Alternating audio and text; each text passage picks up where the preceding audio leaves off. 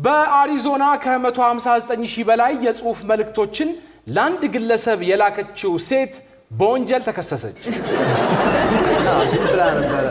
ተጠርጣሪዋ ያደረገቻቸው ነገሮች ምንድነው? ለግለሰቡ ምትልክለት መልእክቶች መጀመሪያ ላይ የፍቅር መግለጫዎች ነበሩ። ቃል ይሄ ውዴ ምናምን ያለች ነበር። ኮንጎ ምናምን ያለች ነው። ከዛ ግን በፍጥነት ነው አሉ ወደ ከፍተኛ ዛቻና ማስፈራሪያ የተቀየሩ መሆናቸውን የተገለጸው።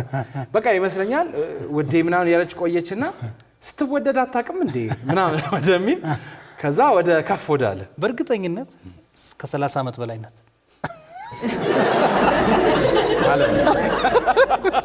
ምንድነው ቶሎ አግባኝ ነው አራታው አሁን በጣም ሲሪየስ የሆኑ መልእክቶች ነው ምትልክለት እና እንደው ግለሰቡን በእጅጉ እየረበሸው እንደመጣ እና ይሄ ጽሁፍ መልእክት እንደ ዶፍ የግለሰቡን የግል ህይወት ሰላም በእጅጉ ያናጋ እንደነበር እንግዲህ ፖሊሶች ሪፖርቱን አይተው አመልክተዋል።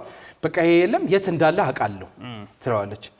ምሳዬ ብላ ከሆነ በልተ ሞታል ስትል በልተ ሞታል ቀጥታ ሊፈታ ይችላል። በልተ ሞታል ያረኩበትን አጣቅም አይነት ይመስላል። ከዛ እንዲህ ያለች በጣም እያስጨነቀችው ነው ሄደች የተባለው። በልተ ሞታል ኦኬ በልተ ሞታል ስትለው ቤት አይነት በልቼ ሞታል አይነት ሊመስል ይችላል። በጣም ነው የምታስጨንቀው። ከዛ ነገሩ የከፋ ደረጃ ላይ የደረሰው ሴትዮዋ የግለሰቡን ቤት ሰብራ በመግባት እሱ በሌለበት ጊዜ በመገኘቷ ነው ተብሏል።